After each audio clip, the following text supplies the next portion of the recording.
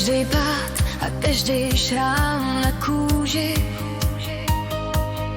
jsou jako trny, co patří k téhle růži. Nesu v sobě všechny cesty, co jsem šla,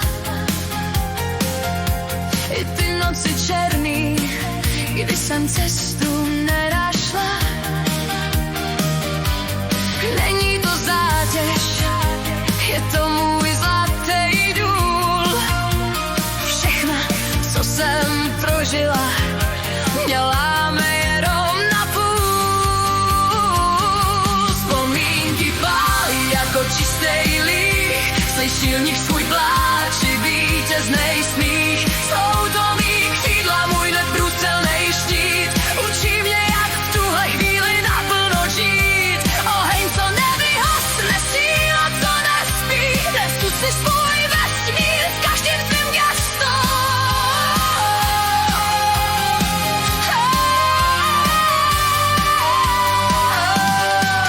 Tváře těch, co odešli, i těch, co zůstali, všechny ty sny, co jsme si kdysi slibovali. Stojím tu pevně, protože vím, kdo jsem. Každá vzpomínka je mým vlastním vítězstvím. Nejsme jen pach z nepříběh, co se píše. Zvedám svůj hlas pořád výš a výše.